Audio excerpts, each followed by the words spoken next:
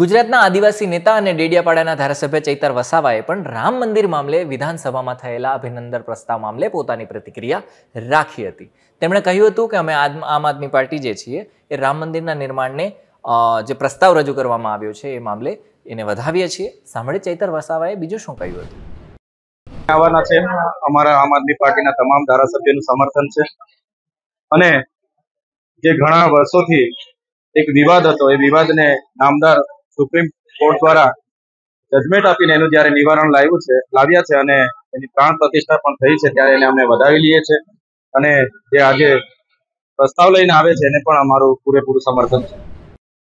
આવા જ વિડીયો જો તમારે જોવો હોય તો અમારી સાથે જોડાઈ જાઓ. નીચે ડિસ્ક્રિપ્શન છે, ડિસ્ક્રિપ્શનમાં એક લિંક આપેલી છે, એના પર ક્લિક કરો અને હાઈ કરી અને મેસેજ મોકલો એટલે અમારી ચેનલની સાથે તમે વોટ્સએપમાં જોડાઈ જશો. ધન્યવાદ.